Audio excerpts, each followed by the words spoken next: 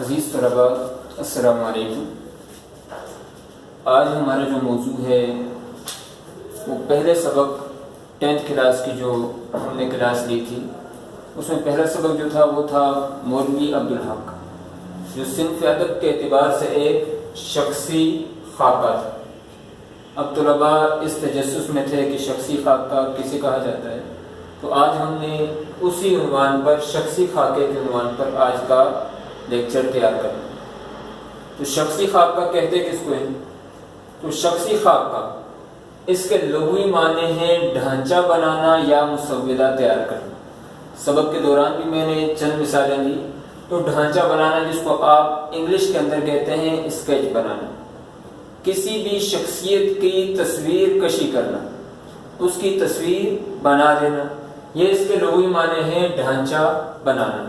اور اس کے بعد آ جاتے ہیں اس کی تعریف پر کہ ادب کے اندر شخصی خاکہ کی تعریف کیا ہے۔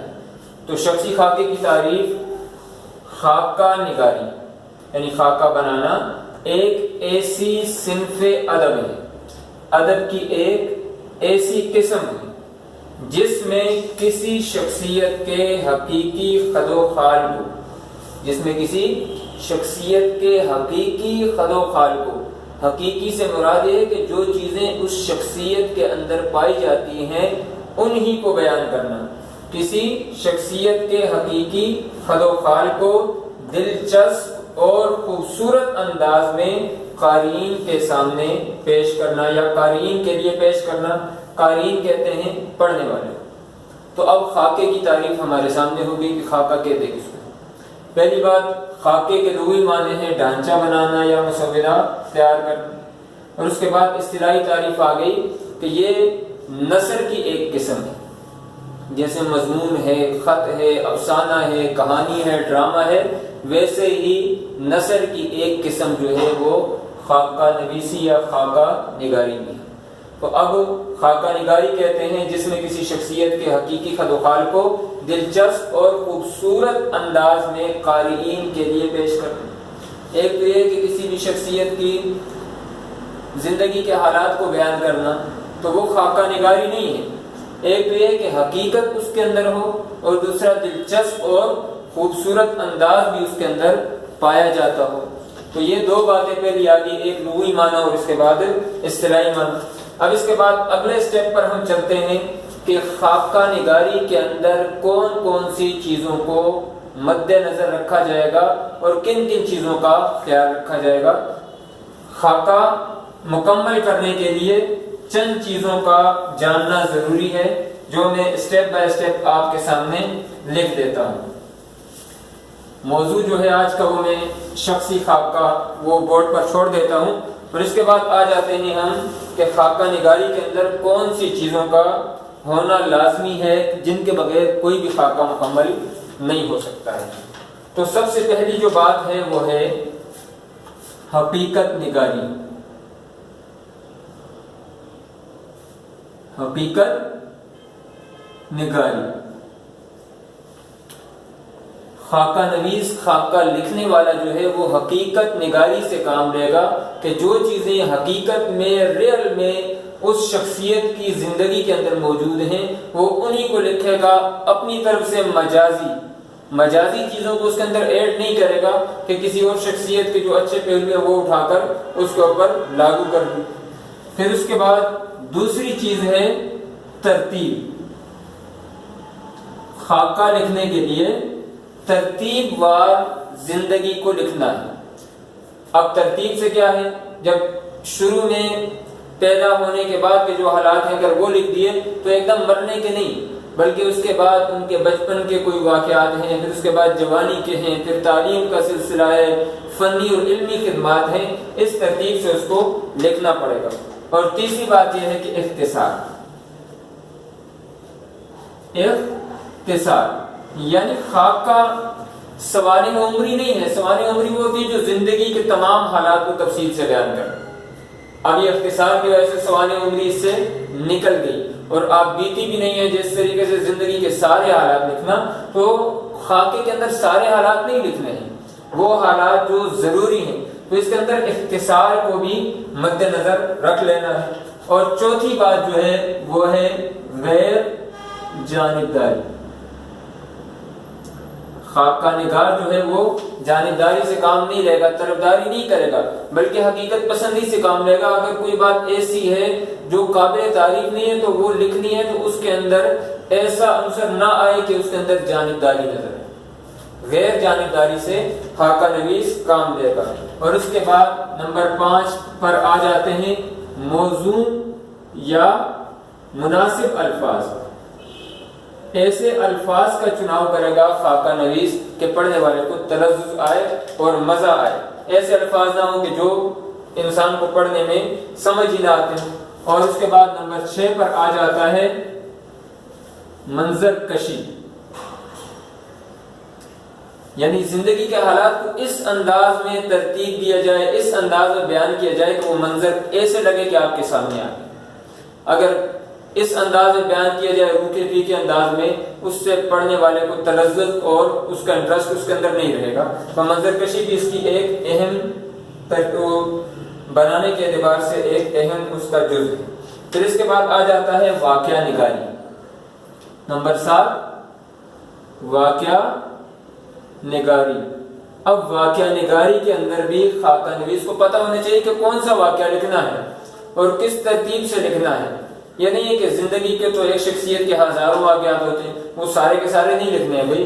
اختصار کو مد نظر رکھنا ہے تیسرے پوائنٹ کو، اور 7واں پوائنٹ جو واقعہ نگاری ہے اس کو اپنے ذہن کے اندر رکھنا ہے کہ کون کون سے واقعات کو لکھنا ہے۔ نمبر 8 آ جاتا ہے کردار نگاری۔ کردار نگاری کہ کس ترتیب سے وہ جو کردار، ہر شخصیت کی زندگی میں کچھ نہ کچھ لوگ ایسے ہوتے ہیں جو لازم و ملزوم ہوتے ہیں، ہر جگہ ساتھ ہوتے ہیں۔ جس طریقے سے ہم اگر مولوی وحید الدین سلیم صاحب پر جو فرید اللہ بیگ صاحب نے ایک خاکہ لکھا ہوا ہے اس کو دیکھتے ہیں تو چند شخصیات کا نام آتا ہے، کرداروں کا نام آتا ہے۔ تو یہ کردار بھی جو ہیں وہ اچھے الفاظ میں اور بہترین انداز میں ہونا چاہیے۔ اور اس کے بعد آ جاتا ہے نمبر 9 وحدت تأثر۔ وحدت تأثر، یہ بات ذہن کے اندر رکھیں۔ وحدت تأثر کہتے ہیں کہ ایک ہی چیز کا تأثر ہونا چاہیے۔ یہ نہیں کہ آپ خاکہ لکھ رہے ہیں مثال کے طور پر قائد اعظم محمد علی جناح پر، اور اس میں مسلم لیگ کا اتنا تذکرہ کر دیا، اتنا تذکرہ کر دیا کہ پڑھنے والے کو لگتا ہے کہ مسلم لیگ کے بارے میں مضمون لکھا۔ تو وحدت تأثر یہ ہے کہ اس کے بارے میں آپ نے جہاں بھی تذکرہ کرنا ہے تو مین جو پوائنٹ ہے وہی شخصیت ہونی چاہیے جس پر وہ خاکہ لکھا گیا ہے۔ تو آئے اس کو ہم ریپیٹ کر لیتے ہیں۔ تو خاکہ نویس جو ہے جب خاکہ لکھے گا تو اس کے اندر پہلی بات حقیقت نگاری ہے، حقیقت سے پہلو تہی نہیں کرے گا۔ پھر اس کے بعد ترتیب سے واقعات یا جو باتیں لکھنی ہیں ترتیب سے ہوں گی۔ اور تیسری بات یہ ہے کہ اختصار سے لکھے گا۔ اگر طویل لکھے گا تو وہ سوانح عمری میں تبدیل ہو جائے گا یا کوئی افسانہ بن جائے گا۔ پھر غیر جانبداری یعنی طرفداری نہیں کرنی ہے، غیر جانبداری سے انصاف کا پہلو مد نظر رکھنا ہے، جس کو ہم کہتے ہیں دیانتداری بھی کہہ سکتے ہیں، دیانتداری سے کام لینا ہے۔ پھر اس کے بعد موضوع الفاظ، مناسب الفاظ کا چناؤ کرنا ہے، اور منظر کشی بھی خوبصورت انداز میں کرنی ہے، واقعہ نگاری مختصر ہو لیکن دلچسپ ہو۔ پھر کردار نگاری جو زندگی کے کردار ہیں ان کو بیان کرنا ہے لیکن ان کی ڈیٹیل نہیں دینی، ان کی ڈیٹیل نہیں دینی ہے کیونکہ ہم نے وحدت تأثر کو قائم رکھنا ہے۔ تو یہ تمام چیزیں خاکہ نویسی کے لیے ضروری ہیں۔ اب ہم آخر میں اس بات کی طرف آ جاتے ہیں کہ مشہور خاکہ نویس جو گزرے ہیں وہ کون کون سے ہیں اور خاکہ نویسی کی ابتدا کب ہوئی یا کیسے ہوئی۔ تو اس کے بارے میں یہی کہا جاتا ہے کہ جو پہلا خاکہ نویس جنہیں سمجھا جاتا ہے یہ شخصی خاکہ لکھنے والے وہ مرزا فرحت اللہ بیگ ہیں۔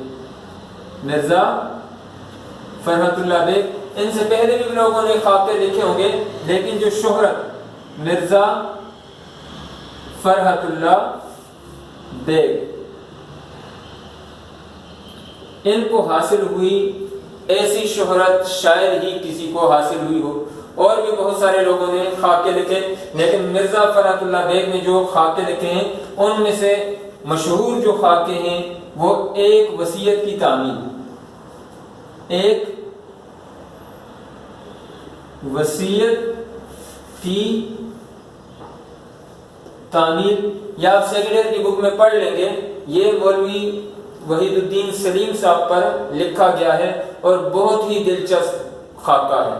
اگر خاکہ سمجھنے والے اس خاکے کو نہ پڑھیں، شخصی خاکے کو نہ پڑھیں تو یہ زیادتی ہوگی۔ اور اسی طریقے سے ان کا جو دوسرا خاکہ ہے مشہور، وہ ہے دلی کا یادگار مشاعرہ، یادگار